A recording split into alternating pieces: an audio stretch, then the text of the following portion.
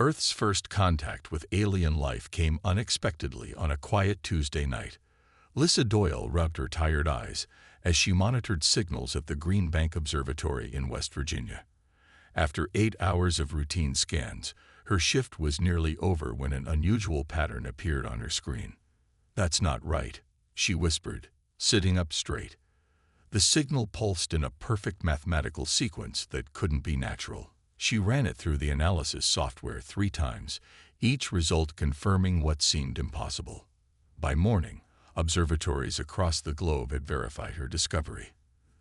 The signal contained complex data, coordinates, engineering specifications, and a message in precisely structured mathematics that linguists quickly deciphered.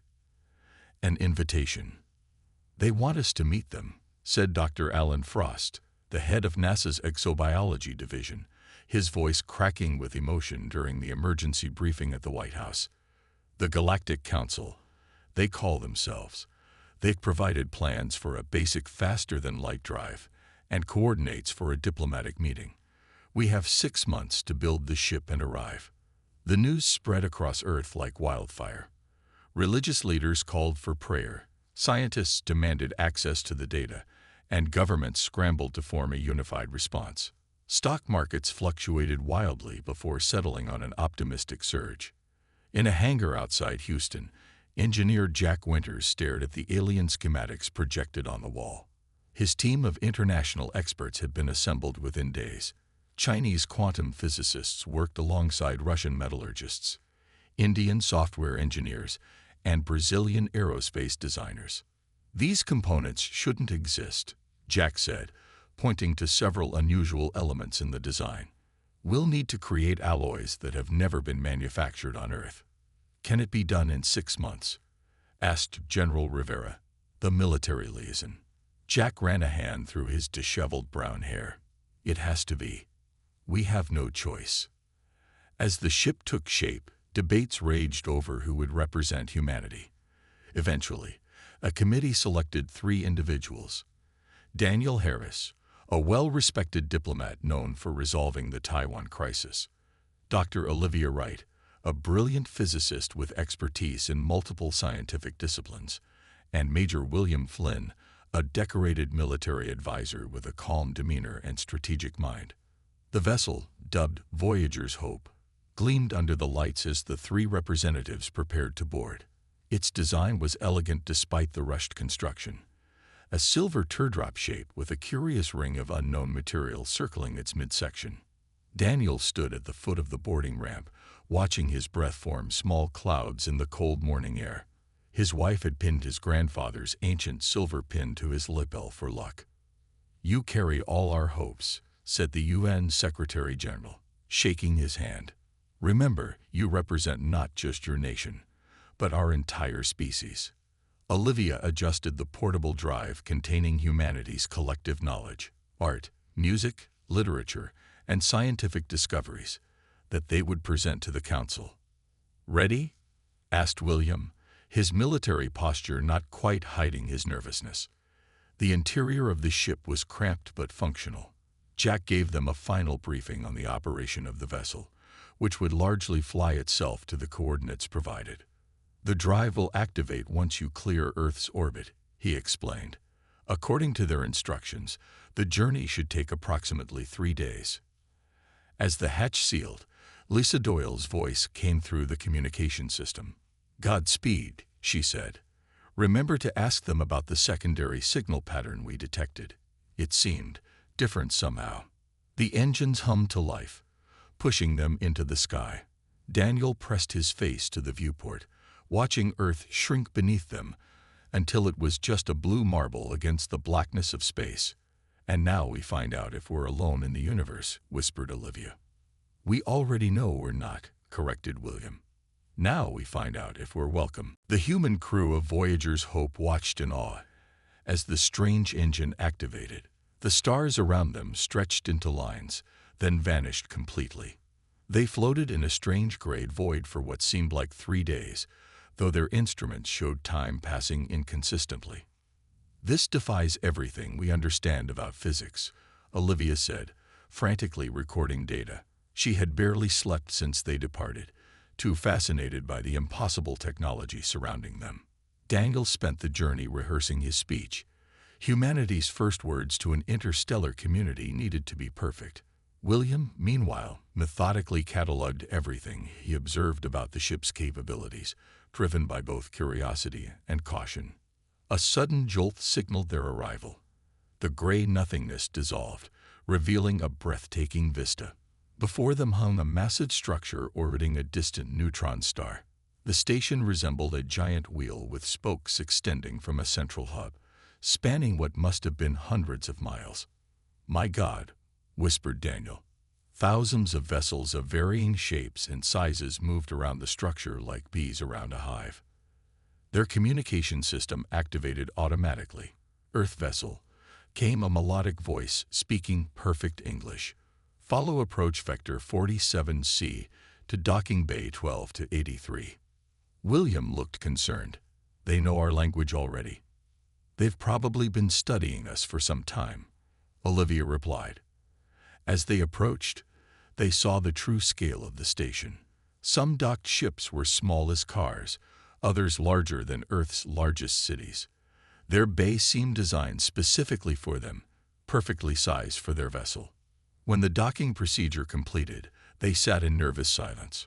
"Should we just go out?" Daniel asked. Their question was answered when the airlock hissed open. Standing there was a tall, slender being with pale blue skin and 4 arms. It wore an ornate silver uniform and had large, expressive eyes that blinked vertically. "Greetings, humans of Earth. I am Sarvok, junior attaché assigned to your species." The alien's mouth didn't move. The words seemed to form directly in their minds. "Please follow me to your quarters. The council has arranged for your comfort." As they walked through the station's corridors, the humans struggled not to stare at the incredible diversity of life forms passing by. Beings with multiple limbs, unusual colors, and shapes that sometimes defied description moved purposefully through the halls. "How many species are part of the council?" Olivia asked. "Currently 326 spacefaring civilizations hold membership," Sarvok replied, "with another 42 in various stages of probationary status, like yourselves." Daniel noticed how other aliens seemed to regard them with curiosity, some even stopping to watch them pass. "We're quite the attraction," he noted. "New species always are," Sarvok said, but something in the aliens' tone seemed off. Their quarters were surprisingly Earth-like, with furniture that could have come from any decent hotel. "The council prides itself on making transitional accommodations comfortable," Sarvok explained. "Your presentation is scheduled for tomorrow at what you would call noon. I recommend rest before then." After Sarvok left, William immediately began checking the rooms. "Did anyone else notice how nervous our guide seemed?" he asked. "Nervous? How could you tell?" Daniel asked. "Military training. You learn to read body language across cultures. Something was definitely bothering our blue friend." Olivia was examining a device on the wall. "Look at this. It's a directory of the station. There are over 1,000 different sections." That night, as Daniel practiced his speech again, he noticed a group of aliens watching their quarters from across the corridor. When he approached the window, they quickly dispersed. "I don't think everyone is happy we're here," he told the others. William nodded grimly. "I counted 6 different security checkpoints on our way in. That seems excessive for a diplomatic welcome." "Maybe it's standard procedure," Olivia suggested, but her voice lacked conviction. As artificial night fell on the station, the 3 humans tried to sleep, each wondering what tomorrow would bring, and why their arrival seemed to create such tension among the council members. The human delegation woke to soft, ambient lighting that gradually brightened their quarters, after a quick breakfast of familiar Earth foods that somehow tasted slightly wrong. Sarvok arrived to escort them to the council chamber. "Today is significant," the blue-skinned alien said. "Few species reach this stage. The Great Council rarely convenes in full assembly for probationary candidates." As they walked through wider corridors, Daniel noticed increasing numbers of aliens stopping to observe them. Some pointed with various appendages while others clustered in small groups, speaking in hushed tones. "Is that normal?" Daniel asked Xarvok, nodding toward a group of tall, insectoid beings watching them intently. "Your species has generated unusual interest," Xarvok replied carefully. "Humans have progressed technologically at a rate that some find concerning." They arrived at an enormous set of doors that easily stood 30 feet tall. Intricate patterns were carved into the metallic surface, depicting what appeared to be the evolutionary history of countless species. "The Chamber of Civilizations," Xarvok announced. "The council awaits." The doors parted silently, revealing a vast circular room. Rising tiers of seating surrounded a central speaking platform. Hundreds of different alien species filled the seats, creating a living tapestry of colors, shapes, and sizes. The ceiling displayed a perfect real-time image of the neutron star they orbited, its swirling energies casting an ethereal blue light throughout the chamber. William instinctively catalogued potential threats, exits, and defensive positions, a habit from his military training. Olivia's eyes darted everywhere, trying to absorb the incredible diversity of life forms. Daniel focused on keeping his breathing steady as he mentally reviewed his carefully prepared speech. A tall figure with golden skin rose from the highest tier. "I am Tazrel, elder speaker of the council," the alien announced, its voice resonating throughout the chamber without any visible amplification. "Approach, humans of Earth." The three representatives walked to the central platform, feeling the weight of hundreds of alien gazes upon them. "You stand now at the crossroads of your civilization's future," Tazrel continued. "For 10,000 cycles, the Galactic Council has maintained peace and order among the stars. Each new species must demonstrate their readiness to join our community." Daniel stepped forward, ready to begin his speech, but Tazrel raised a long, six-fingered hand. "Before words are exchanged, tradition demands the silence of assessment," the elder announced. "As has been our way since the founding of the council, you will observe 1 hour of complete silence while the council members study you. This practice has served us well in evaluating new species." The three humans exchanged confused glances. This requirement had never been mentioned. "Your silence begins now," Tazrel declared, then sat down. The chamber became utterly quiet. Hundreds of alien eyes studied them with unnerving intensity. Minutes passed. Daniel shifted uncomfortably, wondering if standing still was part of the test. Olivia remained completely motionless, fascinated by the ritual. William maintained his military posture, face impassive. After 15 minutes, Daniel began to worry. No one had explained this procedure. Was there more to it than simply remaining quiet? Were they missing something important? The weight of representing humanity pressed down on him. What if their ignorance of this custom reflected poorly on Earth? He cleared his throat. "Excuse me," he said quietly. "I believe there may have been a misunderstanding. We weren't briefed about this silence procedure." The effect was immediate and catastrophic. A wave of gasps and angry exclamations swept through the chamber. Several council members rose to their feet, gesturing furiously. Others turned away as if in disgust. Tazrel's face hardened. "Silence has been broken," the elder declared, voice cold with disapproval. "The assessment is concluded." Xarvok, standing at the chamber entrance, closed his eyes as if in pain. Daniel looked at his companions in confusion. What did I do wrong? William's expression was grim. "I think," he said quietly, "we just failed their test." The council chamber erupted into chaos. Aliens of every description shouted, clicked, whistled, and gesticulated in obvious outrage. Some smaller species even fled the chamber in what looked like fear. "Order." Tazrel's voice boomed across the room, instantly silencing the tumult. The golden-skinned elder stared down at the humans with eyes that now glowed with a cold light. "In 10,000 cycles, the silence of assessment has served as our most fundamental test of compatibility," Tazrel said. It reveals a species' capacity for patience, observation, and respect for protocols they do not yet understand. Daniel stepped forward. With all due respect, Elder Speaker, we were not informed of this requirement. If we had known. That is precisely the point, interrupted a bulbous creature with 3 eye stalks. The test is not announced. It is experienced. All worthy species intuit the importance of silent observation when entering a new community. Zarvok approached the platform, head bowed. Honored Council, as assigned representative to the humans, the failure is mine. Perhaps with additional preparation. The judgment has been rendered, Tazrel said firmly. The humans have proven themselves unprepared for council membership. Olivia finally found her voice. Please, there must be some appeal process. One mistake shouldn't condemn an entire species. A ripple of something like amusement passed through the assembly. A slender, avian being with iridescent feathers leaned forward. You misunderstand. This was not a minor protocol breach. The silence reveals core truths about a species. 43% of all applicant civilizations fail this test. And what happens to those who fail? William asked, his hand instinctively moving toward the weapon he wasn't carrying.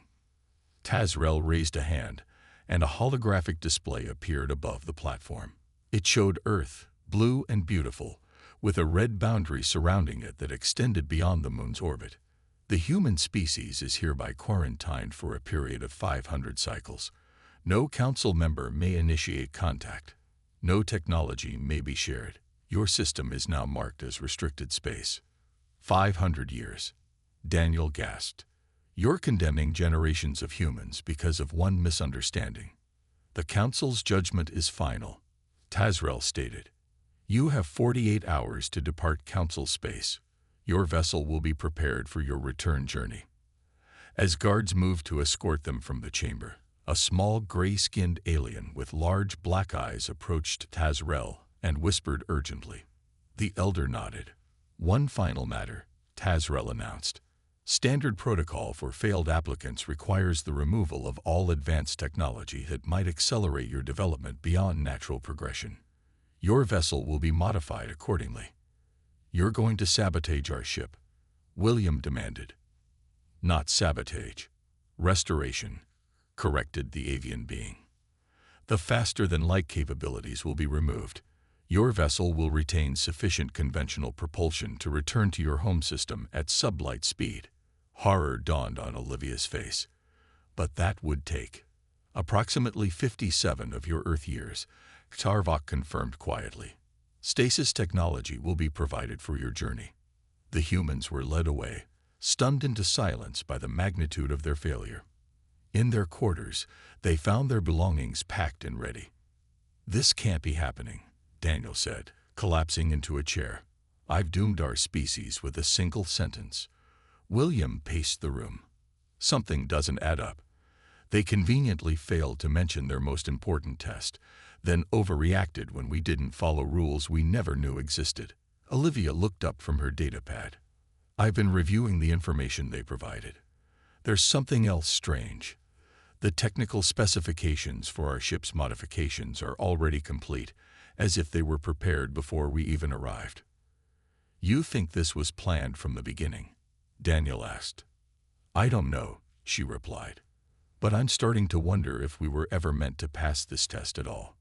Outside their window, the massive station continued its silent orbit around the neutron star, indifferent to the human's plight, or the 5-century quarantine now imposed on Earth. The return journey to Earth took less than a week, despite Zarvok's claim that the Council had removed their FTL drive.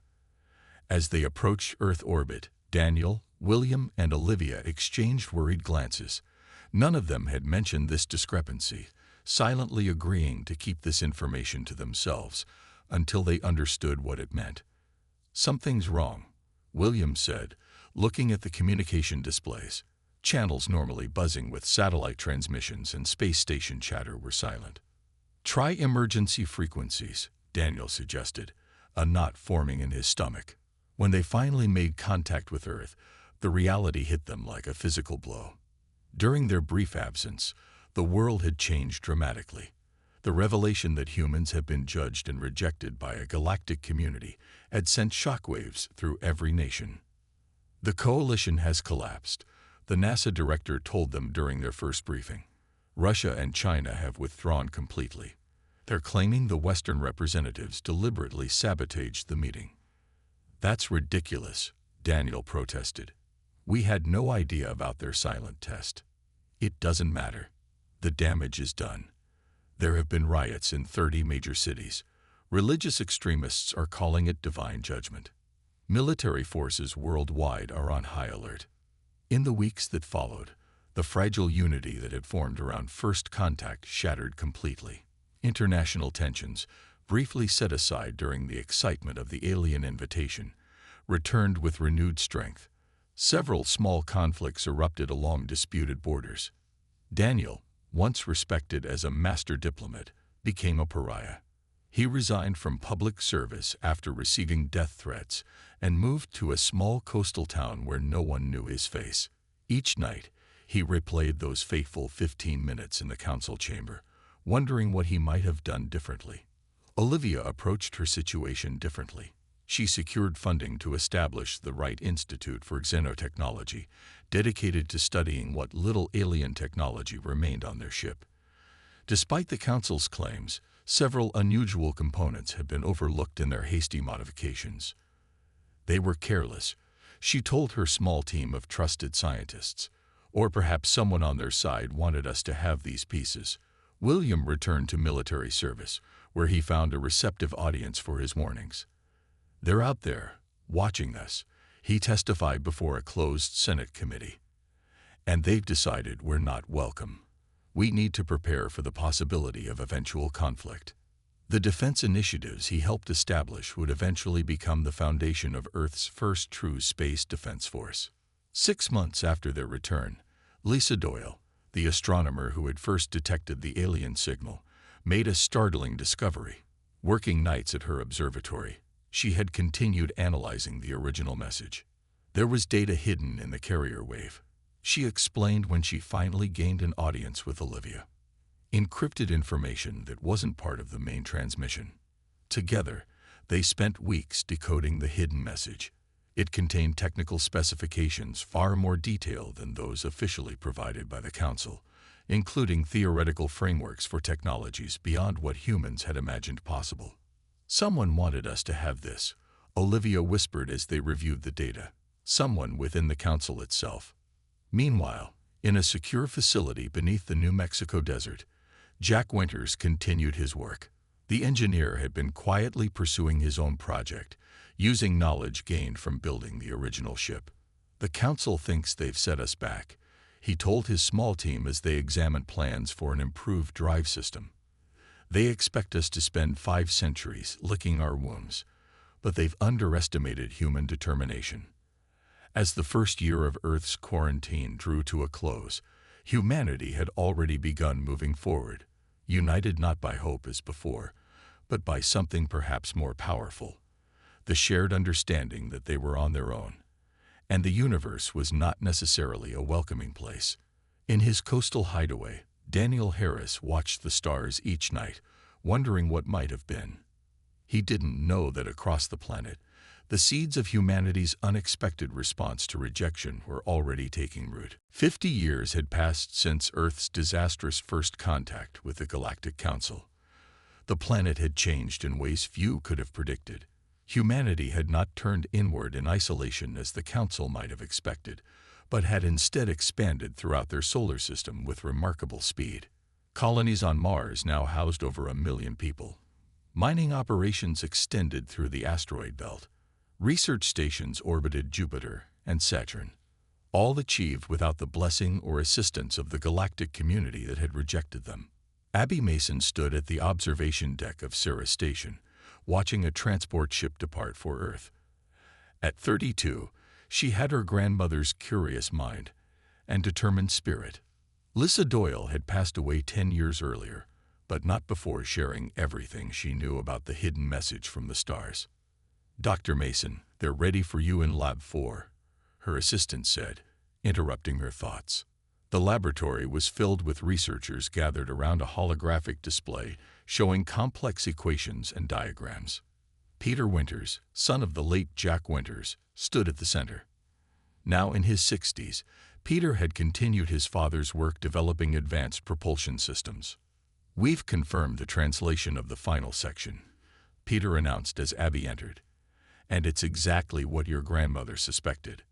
The display shifted to show a document written in an alien script alongside its human translation. Assessment Protocol 7B. The Silence Test. Purpose: to identify and exclude independently minded species whose creative thinking and questioning nature might disrupt council harmony. Recommendation: application to species with high innovation indices and resistance to authority structures. The room fell silent as everyone absorbed the implications. "They designed the test specifically to make us fail," Abby said finally. "The council never wanted us to join." "Not just us," added Dr. Eliza Jordan, their xenoanthropologist. "According to these records, at least 27 other species have been excluded using this same method over the past 1,000 years." Peter brought up another display showing the locations of these rejected worlds, all scattered across different sectors, deliberately isolated from each other. Abby walked slowly around the hologram, studying the pattern. "They were afraid of us," she realized. "Not of what we might do wrong, but of what we might do right. They feared our potential. And they didn't just quarantine Earth," Peter added. "They quarantined all the species they thought might challenge their authority." The implications were enormous. For 50 years, humanity had believed they had failed some legitimate test of readiness. This revelation changed everything. "Does this information change the status of the prototype?" Abby asked, referring to the ship Peter's team had been developing based on the hidden specifications in the original alien message. "We completed the final calibrations last week," Peter replied with a hint of pride. "The Nova is ready for its first test flight, range and capabilities far beyond anything the Council showed us." Abby made her decision. Prepare it for launch. Not just for testing, for a mission. "What kind of mission?" Eliza asked. "Contact," Abby replied, "with the other quarantined worlds, starting with the closest one, about 12 light years from here." The team looked at her with a mixture of shock and excitement. "The Council deliberately kept us apart," Abby continued. "What happens if we bring all the rejects together? What might we accomplish if we share our different approaches, our unique technologies?" Peter nodded slowly. "My father always said the Council made a tactical error. They gave us just enough knowledge to get started, then expected us to remain isolated and stagnant. They never considered we might improve on their designs." 3 weeks later, the Nova prepared for its maiden voyage. Unlike the diplomatic vessel of 50 years earlier, this ship was smaller, faster, and incorporated technologies the Council would never have willingly shared. As Abby boarded with her small crew, she carried a data crystal containing Earth's knowledge and history, including the full story of their brief, failed meeting with the Galactic Council. If they wanted compliant members who never asked questions, she told Peter before departure, they should have chosen a different species to reject. The Nova slipped out of Earth's solar system undetected by any watching Council observers, beginning humanity's unsanctioned journey into the wider galaxy. 20 years after Abby Mason's first journey beyond our solar system, Earth stood at the center of a new interstellar community. They called themselves the Independent Alliance. 17 species united not by the Council's rules, but by their shared experience of rejection. On the planet New Home, representatives of these species gathered in a circular chamber intentionally designed to mirror the Council's Grand Hall. Unlike the rigid hierarchy of the Council, here all members sat at the same level around a table made from materials contributed by each world. "The Raxteri fleet has successfully established the new trade route," announced Kiv, a reptilian being with shimmering scales. Their ships encountered no Council patrols. Abby, now in her 50s with streaks of gray in her dark hair, nodded in satisfaction. "The communication network." "Complete," replied Soren, a tall humanoid with pale blue skin reminiscent of Tarvok. His people, the Lyrans, had been the first to join Earth's alliance. All member worlds now have instant communication across 50 light-years of space. What had begun as a simple exchange of ideas had evolved into something the Council never anticipated. Each rejected species brought unique perspectives and technologies. The Raxteri understood space-time in ways humans had never considered. The insectoid Vex had mastered energy efficiency beyond anything Earth had developed. When combined, these different approaches created innovations that surpassed anything the Council possessed. "We've received another request for asylum," said Eliza Jordan, now serving as Earth's senior diplomat. "A minor Council species called the Talarians. They've seen our progress and want to join us." This was happening more frequently now. As news of the alliance spread, dissatisfied Council members began to question the wisdom of their leaders. In a secure facility orbiting Jupiter, Peter Winters and his team monitored strange reports from Council space. Their advanced long-range sensors, developed with Vex technology, had detected unusual disruptions. Their communication systems are experiencing cascading failures, Peter reported during his weekly update to Alliance leadership, and their transportation network is showing similar instabilities. The Alliance had not initiated any direct action against the Council, but their very existence was having an effect. Ideas and innovations flowed freely between Alliance worlds, creating an accelerating technological advancement that the rigid Council structure couldn't match. "They've noticed," Abby told the Assembly. "After 70 years of ignoring us, the mighty Galactic Council has finally sent a message requesting dialogue." A murmur ran through the chamber. "What exactly do they want?" asked the Raxteri representative. "To discuss mutual concerns and potential misunderstandings," Abby replied with a small smile. "They've proposed a meeting on neutral territory." After much debate, the Alliance agreed to the meeting. The location chosen was a small station at the boundary between Council and Alliance space. The Council sent 3 representatives, including an elder, a significant acknowledgement of the Alliance's growing importance. When the day arrived, Abby entered the meeting chamber alone. The 3 Council members waited, including a golden-skinned being she recognized as a member of Tazrael's species. "Greetings, representative of Earth and the Independent Alliance," the elder began. "We have observed your activities with great interest. Perhaps there have been misunderstandings that can be rectified. The Council is prepared to discuss terms for ending your isolation and beginning formal relations." Abby said nothing. She simply took her seat and folded her hands in her lap. The Council representatives exchanged glances. "We have prepared several proposals that might serve as a starting point for negotiations," continued the elder, sliding a data crystal across the table. Abby didn't reach for it. She remained completely silent, her face calm and composed. Minutes passed. The Council members grew increasingly uncomfortable. "Perhaps you would like to present your conditions first," the elder suggested. Still, Abby said nothing. As exactly 1 hour of complete silence approached, understanding dawned on the elder's face. The Council's mistake had come full circle. When the hour was complete, Abby stood, turned, and walked out without saying a word, leaving the Council representatives to contemplate the echo of their own judgment from 70 years before. A judgment that had inadvertently created the very power now challenging their dominion among the stars. 5 years had passed since Abby Mason's silent meeting with the Council representatives. That simple act of poetic justice had reverberated throughout galactic politics in ways no one could have predicted. The Council, once a monolithic power controlling hundreds of worlds, now struggled to maintain its authority. Nearly a third of its member species had either formally joined the Independent Alliance or declared themselves neutral. The balance of power had shifted dramatically. On the newly constructed Alliance headquarters orbiting a binary star system, Daniel Harris's grandson, Ben Harris, addressed the expanded Alliance Assembly. At 42, he had his grandfather's diplomatic instincts, but none of his hesitation. The Council has requested another meeting. Ben announced to the gathered representatives of 29 species. This time, they're offering unconditional admission of all Alliance worlds into full Council membership.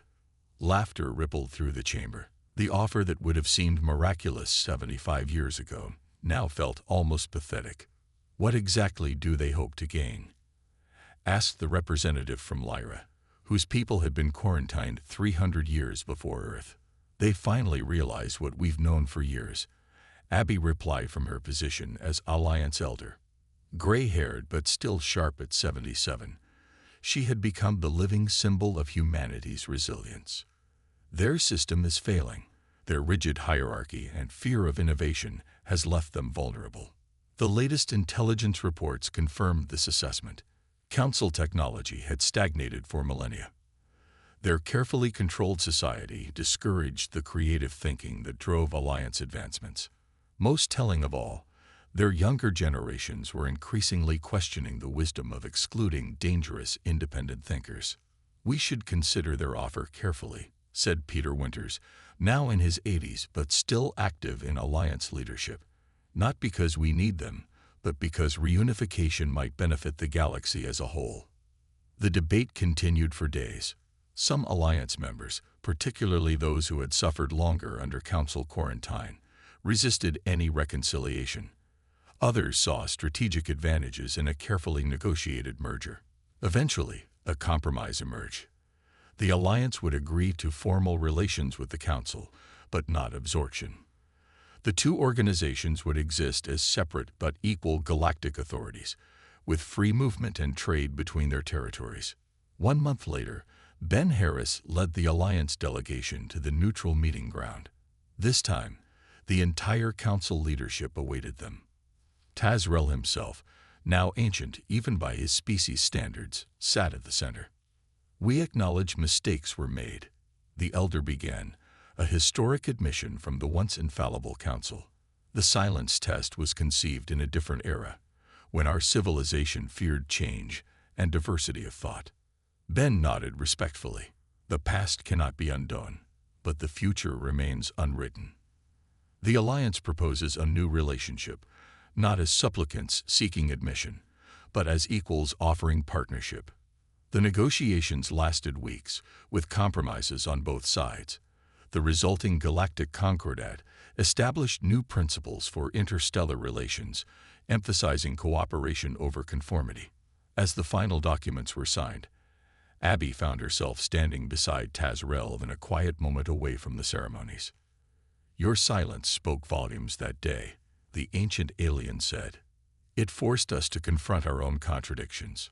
"Sometimes the most powerful response is no response at all," Abby replied. "The humans from your grandfather's generation believed they had failed the galaxy," Tazrel observed. "They could not have been more wrong. Their failure may have saved us all from stagnation." As celebrations began across 2,000 worlds, historians already speculated that the Council's mistake in that silent room 75 years earlier would be remembered as the pivotal moment in galactic history, when rejection led not to isolation, but to the birth of something greater than either humans or the Council could have imagined alone.